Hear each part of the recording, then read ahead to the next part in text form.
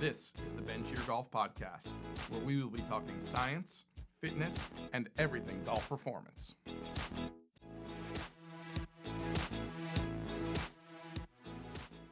Welcome to the Ben Shear Golf Podcast. Today, my special guest is Kirk Adams, and we are going to be talking about college strength and conditioning for golf, right? Big deal these days. Lots of kids working out as juniors, college strength and conditioning becoming a big deal, but there's a huge variety of stuff going on from D1 to D3. What I do in season versus out. What do I do if I travel versus I don't? Lots of questions, lots of things to think about. So welcome to the show, Kirk. Thanks, Ben. Glad to be here. All right, Kirk. So for those of you who don't know Kirk, he works for me here at Ben Shear Golf. He worked for me at Golf and Body in New York for a while before this. And before that, he was the strength and conditioning coach for both the men's and women's golf teams at Penn State University for nearly 15 years. So Kirk's got a lot of experience in the college setting. I myself have done a bunch of consulting for college programs as well. So I think we are pretty knowledgeable, I would say, on the subject. So a lot of people out there who are thinking about playing college golf, or maybe even parents who are listening to this, whose child is thinking about playing college golf, there's lots of information for us to share and to allow them to better understand. So let's start like from the beginning, right? So you're a junior golfer, you're a pretty good player, you're like, hey, I'd like to play college golf. And all of a sudden you're like, man, I got a pretty good ranking. I'm going to start going on some recruiting trips. So does strength and conditioning, or is strength and conditioning something that should be discussed on a recruiting trip? Should kids be asking questions? Should they not? Like, what do you do? I think it should be. I think it's an important consideration when you're trying to decide on what college you want to go to, what team you want to be a part of, because it's going to be a big part of your experience. And it can, like you said, it can vary significantly from a program who has a very dedicated golf strength and conditioning coach that's going to be very spending a lot of time with your team, to a program that probably doesn't maybe even have a strength and conditioning coach, and you're going to be responsible for dealing with that on your own. So understanding what the strength program is, what value the coach places on it, how much time commitment is going to be there, and what you're going to need to do is going to help you make a better decision if that university and that team is going to be right for you. Yeah, I mean, some kids, they love working out. Other kids, not so much. They love golf, right? I mean, and so if you're going to go to a school and like the workout is a huge part of it, and the guy's doing big, heavy lifting, that might not be the right place for you, where you might go to another school where they do it, but it's a little bit more of a functional exercises or a golf-specific program, whatever the case may be. And then somebody else might have a hybrid, and like you said, there could be people doing nothing, right? So kind of where do you fit in your desires and your wants, your personality, and how does that match, I think, is important to do it. And the facilities themselves, right? I mean, the variety of quality of facility at the university level is staggering. Yeah, I mean, when I first started, pretty much everybody except for football trained out of one facility on campus. And so the amount of time that the golf team was given was not outstanding, and that can continue where it's the reality of it is that the golf teams are typically low on the totem pole when it comes to scheduling and priority and things like that, at least at a lot of schools. And by the time I left Penn State, we had probably 6 or 7 athletic weight rooms on campus. The golf team, didn't have to share time or space with nearly as many teams, so their availability and their options to get in were much greater by the end. So understanding that, and knowing, are you going to be working out at 6 in the morning? Are you going to be working out at 6 at night? Are you going to have availability during the day? Again, that's going to help make your college experience a lot better if you understand what that is going to be going in. Yeah, and I think even just getting to meet the strength and conditioning coach themselves and talk about their philosophies. I mean, some of these guys can be like bulls in a china shop, and you're like, oh, and it's like, whoa, this guy scares me a little bit, right? And doesn't mean he's not a good coach, but like that's his style, and maybe he comes from football or somewhere else, and they just happen to give him the golf team also, but he's really, a different type of guy. And then other people are much more taking an athletic approach, or they're a little bit more nurturing, shall we say. Is that something that you're looking for, and that personality, and how are you going to hit off? Because you're going to spend a lot of time with this guy, right? And if you're miserable every time you walk into the gym and you're like, oh my God, I hate these workouts, I hate this guy or gal or whomever it might be, it makes for kind of a miserable experience. Yeah, I think I was fortunate because I enjoyed golf. I played golf, so I came into it with a very positive attitude. I enjoyed working with our golf teams. I was glad that was one of my main priorities. I think the reality of it is that still at a lot of schools, most strength coaches, their desire is to be involved with football or basketball. And so the responsibilities of the golf team sometimes fall on a coach who, is looking forward to becoming more of a football strength coach or a basketball strength coach, and they're forced to deal with the fact that where they're at right now, they have to work with golf. Maybe they've never played golf, they don't watch golf, so they don't understand the sport. And like you said, they come, every sport has a different mentality to it. So understanding that or finding out if the strength coach that you're going to be dealing with kind of understands that. They don't need to be a great player, but if they've played the game, if they watch the game, they understand it. They're probably going to be, they're going to understand your side of the equation a little bit, and they're probably going to program a little bit better based on their understanding of the game as much as the physiology of the game. Yeah, I think one of the interesting things really is, oftentimes people say, oh, it's golf, like you're working out, you don't have to be this, that, or that thing. Like, when I got involved with golf, I've always trained all kinds of athletes. I've been fortunate to work with Olympians and different sports and professional athletes of pretty much every sport, and people say to me, like, why do you get into golf? And I was like, golf is actually really fascinating to look at because, first of all, no other sport demands such range of motion and in so many joints of the body. So, like, the mobility and flexibility requirements are, like, beyond pretty much, obviously not gymnastics, but pretty much almost every other regular sport, number one. And then you have to have this ballistic rotary power generation system that's almost like a shot putter type of javelin thrower. But then also you have to deliver it as straight and as possible and as precisely as humanly possible, right? So, like, you have this power of a shot putter with the precision of a marksman, or maybe similar to maybe like a baseball pitcher or something like that. So you got this really complex system of power, precision, and flexibility all kind of weave together in your program design. So it's not a simplistic thing. It really takes a lot of expertise and work to do well. Yeah, and a sport that takes 4 to 5 hours to play, and oftentimes, if you're playing 36, it's 8 to 9 hours. So yeah, there's a lot of different physical. Still to this day, I get comments from people about, well, must be involved a lot of stretching and core work. And yes, it does, but there's a lot of other things that go into it. There's, we talk a lot about the different elements of fitness that you need to be a good golfer. You need to have mobility. You need to have some strength. You need to be able to create speed. You need to have the endurance to do that over 4 to 5 hours for multiple days. At the professional level, you've got to play 72 holes over 4 days, and you can't just have one good day. You got to have 4 good days. Oh, and you can have a rain delay like we had last week on tour. Right. The whole day got washed out. So now you're playing 72 in 3 days, right? I mean, yeah. And in the college level, you're carrying your bag, so you don't have a caddy carrying your bag for you. You've got to lug that thing, and courses can be very demanding. It can be very hot. It can be very cold. You're playing in the rain. So there's a lot of physical requirements to the game of golf. When I first went to a golf tournament, just watching it for 4 to 5 hours, I understood what these guys are going through. So there's a lot more physicality required to be good at the game of golf than a lot of people realize. And I think one of the things that people don't really necessarily connect the dots with is that if you're struggling with the endurance or the strength, or you're walking up a lot of hills carrying a bag or anything, how that then also affects you mentally. Sure. And your ability to focus and concentrate and do all that stuff. So if you don't have exceptional fitness, at times it actually becomes a mental issue that's going to cause problems with your games more so than just the physical itself. So. Right. All right, so that's my recruiting process. So I've gone through my process. I find the coach, the school I like, the school who wants me also, obviously. I like the setup. This is really going to be awesome. I'm going to go to school. So I'm a junior golfer now. I'm going to show up freshman year. Like, what do I need to do in that summer in preparation to get ready for that? Yeah, I think the best case scenario would be to once you've chosen a school would be to find out from the coach who the strength coach is, try to make some contact with them. See if you can get some information about the program, what the guys have been doing, what was sent home with the existing team from a summer program, and try to prepare yourself as much as you can before you arrive on campus. Ideally, you don't want the first workout of the fall to be your first workout of the fall. You're going to have a lot of requirements of your time. You're going to need to be at practice. You're going to need to be at class. And you're going to want to be shooting, playing your best golf when you show up, and you don't want to be sore from that first workout. So the more you know about the program ahead of time, the more information and relationship you can establish with the strength coach ahead of time.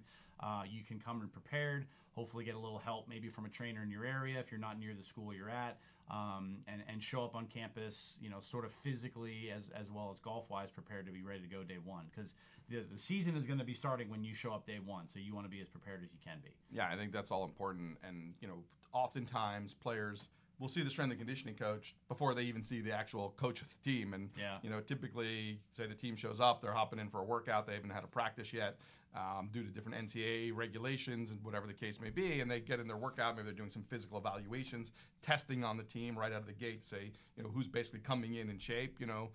It's great as a young player to show up and do amazing at this testing process or these first couple workouts, because then the coach says, hey, how was Jimmy, our new freshman, how did he do in the gym? He's going to reach out to the strength coach, and they say, man, this kid was awesome. He's powerful. He's athletic. He had a great attitude.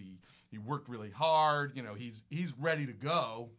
Already you're moving up the pecking order in the lineup, right? You haven't even hit a ball, right, and you're already, the coach is like, oh, I like Jimmy, right? I mean, versus going, you know what, this kid obviously didn't do anything this summer. He's really not, because the other kids, you got to think, some of these kids who are sophomores, juniors, seniors, they've been working out, doing this stuff for years. They're going to be good, right? So you don't do anything. You show up there could be a big gap between where you're at and where the older kids are. And all of a sudden, now the strength coach is saying, hey, you know what? Jimmy really didn't do much this summer. He might have played a lot of golf, but wow, he's just slower. He's not super explosive. He's pretty tight, doesn't have great flexibility, whatever. Now the coach is going, great. I give this kid an opportunity to come play on my team, and he doesn't come in prepared. Now he's looking at you through a total different lens than if, you have the other conversation. Yeah, I mean, as an incoming freshman, you're already a little bit behind the eight ball as far as, getting a chance to play. I mean, unless your scores are really outstanding, you're probably a little behind the eight ball there. And every weekend, coaches are making decisions between the last one or two guys that are going to travel. And any information from the strength coach or any physical information, they're obviously going to be looking at your scores from the summer, but any positive reflection on your preparedness and your readiness to play in that first fall could be the difference between traveling and not traveling those first couple tournaments. Yeah, I mean, you got to remember that when you're a high school golfer, you're usually the best kid on your team if you're going to go on to play college. And so, you can kind of do whatever. You're just flat out better than everybody else. And then all of a sudden you get to college, it's like, man, everybody here is pretty good. Yeah. Right? They were all you at high school. And now some of them are 3 or 4 years even older than you are. And they've been preparing at college, playing at this level. They've done a lot of stuff that you haven't done, right? So the scores are going to start getting tight, especially usually between those number 3 through 7 players, but only 5 are going to get to travel. You got to give the coach reasons to want to put you in the lineup, right? Because most of the time, when you do your practice rounds, the scores are pretty tight in those zones, right? So give the coach a reason to say, hey, I want to give Jimmy a shot here. You know what? The kid did everything he could, came in great shape, totally prepared. Seems like he's done everything I've asked. I'm going to give this kid a shot, right? Versus you shoot the same exact score as Jimmy, but you came in out of shape. You didn't do the work. You came in lazy. And the kid, he's got an upperclassman maybe who's been there for a couple years, who's a good kid, maybe not the most talented kid on the team, but who's a great kid with a great attitude. He goes, that kid's in the program for a couple years. He's been doing everything I asked for the last couple years. I'm going to give him the shot versus the other kid because I don't like that he didn't come in prepared. Right. And I think college coaches understand the physical nature of the game, just not from an individual round or an individual shot standpoint, but on the college level, you're going to be playing 54 holes in 2 days probably. You're going to have to play 36 on one day, and they understand that it's going to take a lot of physical and mental fitness and toughness to be able to play well, not just for 18 holes, but over 54 holes in a very short period of time. So that can be the decision-making process of, should I take this kid or should I leave him behind for this tournament? All right, so now I've chosen my school. I've gone through all this stuff. I'm a freshman on the way, but how different is the experience if I go to a D1 school, right, versus going to a D3 or a D2 school? There's obviously a big difference potentially. I mean, the ranges can be, from facilities, from time demands to what are the differences in those kind of processes between a D1 athlete versus, let's say, a D3 athlete? Yeah, I think most likely at a Division III school, like you said, the facilities probably aren't going to be as great. You're definitely, you may be sharing that facility with many more people, many more teams, maybe even just the general student population. There may not even be an athlete-only weight room. We had athlete and recreational student facilities on our campus, so you're fighting for space with less people, obviously. But like I said before, even when I first started there, we basically only had one athletic weight room for every team other than football, so there was a lot of sharing of time and equipment that needed to go on there. And then also the Division III level, you may not even have a strength coach, or you may not have a full-time strength coach, or you may have one strength coach for 20 teams on campus. So the amount of attention you're going to get is going to be much smaller. And unfortunately, the amount of attention you're going to get as a golf team member is going to be that much smaller. If you have a basketball team or a football team on that campus, they're going to get a great majority of that one strength coach's attention. Now, as you move to the Division I level, hopefully your facilities are going to improve. You'll hopefully have a dedicated athlete weight room. Like you said, at a Northwestern, they have basically a golf only facility. We had a weight room my last couple of years there at Penn State, where I think we maybe had 5 teams that were sharing the space that the men's and women's golf team was in. So they didn't have to compete a lot for time or space. They could pretty much get the times and the space that they wanted. And they had a strength coach whose one of their main responsibilities was men's and women's golf. I didn't have to share my time with a lot of the bigger sports like football and basketball. So they were fortunate in that respect. But even at the Division I level, a lot of times you're going to be working with maybe an assistant from the football team who is sort of doing golf in their off hours. And again, they may not have a lot of experience playing golf. They may not have a lot of interest in golf. They might not even care about the golf team. They may not unfortunately care a lot of it because their ultimate goal is to be a football strength coach. So they may not have done a lot of education in golf from a TPI or something similar. And they're going to be sort of, unfortunately, maybe just sort of regurgitating the football program. So you may get that. But at the best universities, the best teams, they're going to have a relatively dedicated weight room. They're going to have a relatively dedicated strength coach who hopefully understands the game at least a fair level and can talk the game not only physically but also the sport itself. And you'll have a great experience. Yeah, I think one of the things that you said that was important is that if you are going to be one of these kids going to a D3 school and then maybe don't have a dedicated person, that's where it becomes really important for you to have a good team at home, right? Like as a junior golfer, do you have a trainer do you work with? Do you have somebody that's been helping you become a college athlete and prepare to become a college athlete? And because you might be doing their workouts in the regular student gym, that might be your program. Because oftentimes the coaches in some of these smaller D3 schools that don't have these programs, they're like, hey, look, there's the student weight room. Go over there and get a workout in and just stay in shape, right? And they don't really have a lot of expertise or whatever it is, or maybe they'll give you some kind of cookie cutter template that maybe you can work from. But if you're actually working with somebody great at home and you have a really good program, that's going to have a lot of value to you. And maybe then you don't care so much about what the facilities are like or what the strength and conditioning is like. You might be like, hey, you know what? I actually prefer my home guy. Yeah. He's really good. He works with a lot of top players, whatever the case may be. I've had a lot of success with him. He works in conjunction with my swing coach, blah, blah, blah. And that's really might even be, for some people, the best solution. I mean, I have players that I work with who play D1, and they still kind of do the college program, and then they go to the student weight room and do other stuff that we give them on the side on top of that because they feel like there's holes in the program they're in. So it's not you're not going to do what the school wants. You're going to have to do that on top.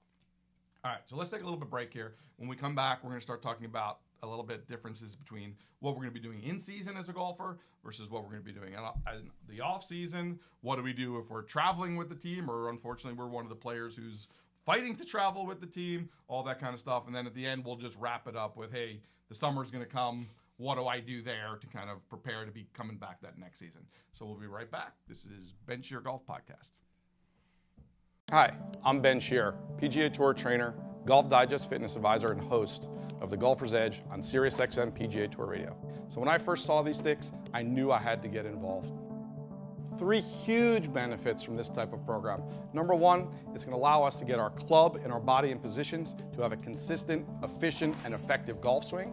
Number 2, it's going to reduce our risk of injuries. And number 3, the big thing everyone is looking for, it's going to allow us to hit the ball that much further. As a listener to the Ben Shear Golf Podcast, you're eligible for a 10% discount on all stick and golf-related purchases from Stick Mobility. Just use the promo code BEN10. That is Ben with the number 10, all one word. Go to stickmobility.com to learn more. That is Ben, the number 10, all one word. Do you want to take your body and game to the next level? Do you want to get a program from the best in the business the same way tour players do, but don't have access or the finances to do it?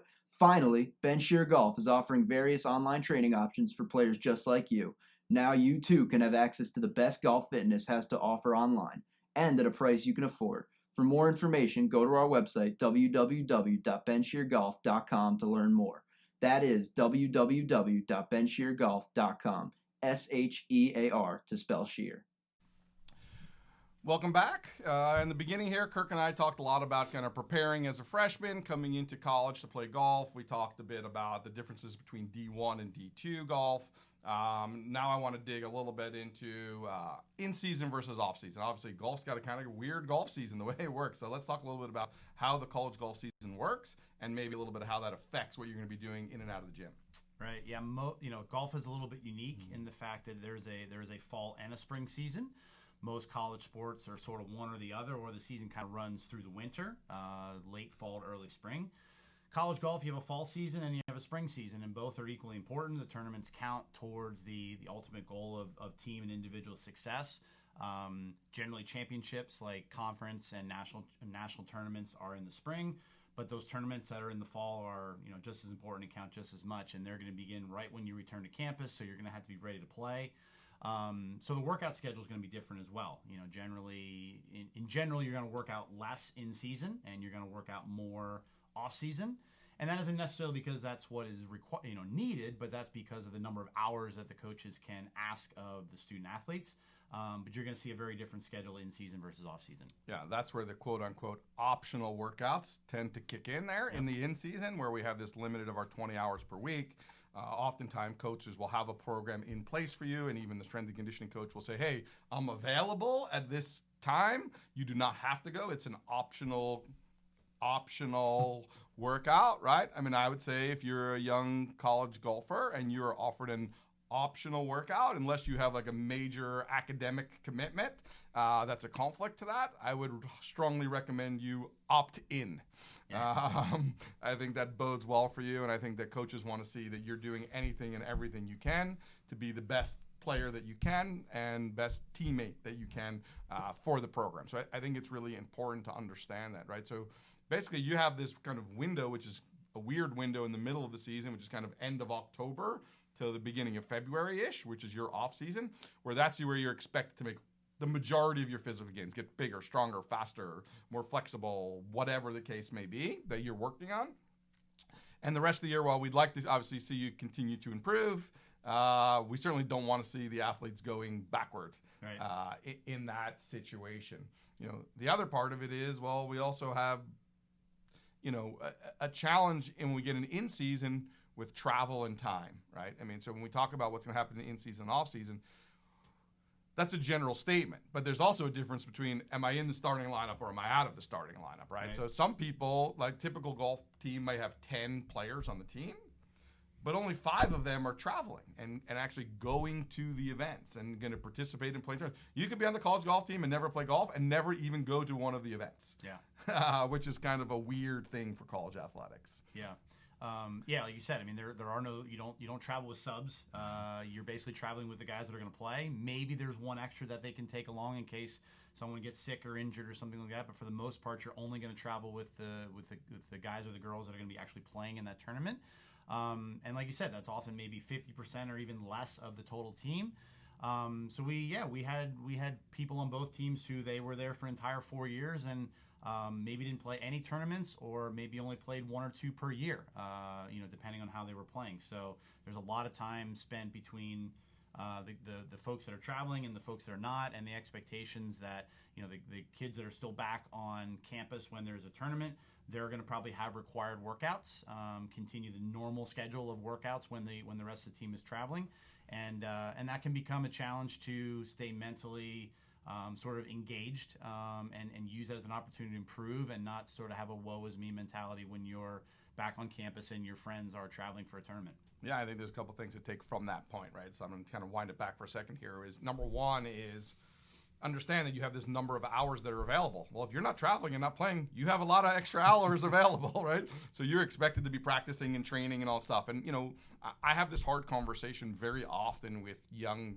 families and players who come through our juniors programs who are getting scholarship opportunities or getting college offers. And I always say to the person, like, if you're going to pick a school, you should always you got to first decide how important is it to you be in that lineup or not, right? Because oftentimes we'll have kids who have opportunities to go to some awesome school, a great golf program and all that stuff. But it's like, wow, playing on those schools getting in the lineup is very hard. Like, are you going to be okay in that school if you never actually play in a tournament? Like, do you want to go to that school, get a degree there, and if you never play, hey, you know what? I'm happy to have been on the team. I'm happy to have gone to school. That was all great, right? Like, how important is it to be in the lineup? Because as an example, like, you could go to school. We'll use Northwestern as the example here. You could be going to Northwestern, and obviously to play golf there, you have to be an amazing player. I mean, it's a big-time golf program, right? So if you're going to go to a big-time program, you better be big-time. And then even kids who are big-time at that program, some of them don't even play, right? And it's very tough. But the experience can be totally different, where it could be a cold Chicago February or March where the team is flying down to play golf with Luke Donald at, the Bears Club in 85 degrees in West Palm, or Jupiter or whatever, and you're left back on campus, and it's 10 below at the wind chill in Chicago, and at 6 a.m. you're expected to be in the weight room working out, right? Yeah. I mean, the experiences can be so dramatically different, and understanding that as a young athlete and weighing the realities of both in the lineup and out of the lineup and how different that experience should be needs to be part of your decision making. Or do you want to go somewhere where you know you're going to be in the lineup, you're going to be one of the top players, you're going to hop on the campus, you're going to be the man, the girl, whatever the case may be, and you're not sweating over being lineup? How important is actually playing to you, and how different is the experience from doing it? Like we said, from a strength and conditioning perspective, well, guess what? Those guys aren't working out as much because they're traveling, they're playing, they're doing this stuff. It's an opportunity for me. If I'm that person, you better have the mindset of it's an opportunity for me to get in the gym, to gain more speed, hit it farther, do all those things, because they're out playing golf. They're not physically getting better. I have a chance to take those extra hours that are now available to me and use them towards physical improvement. I can go practice if I have a short game weakness, whatever I need to work on. I got to take that opportunity to actually hopefully improve so I can now get into that starting lineup. So important decision to make as you go through this process of picking a school, right? There's so much information that goes into it. So that's traveling versus not. So the last part here really is the summer, right? So now the summer comes. I've gone through my first year. Hopefully I'm kind of in the swing. I got my workouts going, right? Summer's kind of weird. Like, if you play football, kind of off season in the summer, it's like, well, there's nobody playing football in the summer, so I just go to the weight room, I lift weights, I get stronger, maybe I work on my speed, whatever the case may be. Well, golf, like, meanwhile, you just had 2 seasons, and now you go into the summer and you're like, whoa, now here's the huge, massive amateur season where you have the USAM, the Mid-Am, your local state opens. I mean, you go down the list of all the opportunities there are to play. Well, especially if I'm not in the lineup, now I feel like I got to get tournament tough. I got to go play a lot of golf this summer, vice versa. Like, it's like golf almost kind of never ends. It's like the PGA Tour, really, where, the guys on the PGA Tour have learned, I just got to work out all year long. There's just no way around it, right? So what do you do as a college kid going into the summer? I mean, what does the school send you home with? What do you do? Yeah. I mean, yeah, like you said, the reality of it is coaches are going to use those scores from the summer to make a lot of decisions on who's going to play in the fall. But the strength and conditioning is becoming a year-round activity, just like golf is. And so, like you said, what are we sending home? We're probably going to give the kids on the team that are going home a packet of information on how to continue their program when they're home for the summer. Workouts, schedule, nutrition, all those things that they should be doing. It's generally left relatively open-ended because we don't know what weeks are going to be tournaments, what weeks are going to be sort of off weeks. But they have enough information to get through the summer and come back to campus fit and ready to play. The challenge becomes this is a time of year where everything is optional, and it falls on the student athlete to continue to do that strength program even though it's not required and they have a lot of golf going on. It's becoming more necessary and more common for it to be a year-round activity. Obviously, like you said, on the PGA Tour, it's a year-round part of what the guys are doing. There is no off-season from workouts, even if it's a busy part of the PGA Tour schedule. Same should be going for our college players. They should be continuing to work out. The reality of it is not every tournament is going to count equally over the summer. So pick and choose your spots to really focus on your fitness. Pick and choose your spots to maybe put a little more emphasis on your golf. But you want to arrive back on campus in the fall physically ready to go, at least as good as you were when you left, if not a little bit better. You certainly don't want to show up because there's probably going to be some testing, physical fitness testing that'll go on at the end of the spring. And you're not going to want to show up back in the fall lower than that. You're going to want to be at least the same, having shot some good scores, and hopefully having shot some good scores and also coming back physically fitter than you were when you left. Yeah, I think that's important. And one of the things we try to emphasize in our junior program and with all of our college golfers here is, I say this all the time. You're like, well, I got to practice, I got to play, I got to do all this stuff, right? I'm like, well, how often do you, how many hours a week you practice? Well, I'm practicing 25 hours a week. I have no time to get to the gym. And I always say, look, 22 hours of practice and 3 hours in the gym is exponentially greater for your golf career than 25 hours of practice and no hours in the gym. I can promise you, players, parents, stop thinking that every tournament is, the Masters. Stop thinking that everything has so much weight. It is a process of getting better, and the physical piece is so important. The best kids we have, the kids playing at the top universities, people winning all over, are kids we see, they go to a junior amateur, or they go to the, USAM. They literally do great. They fly home on a Sunday night, and we see them Monday morning in the gym. There's no fluke that those are our best players. Mm-hmm. The kids who have that type of commitment to both the physical and the technical side.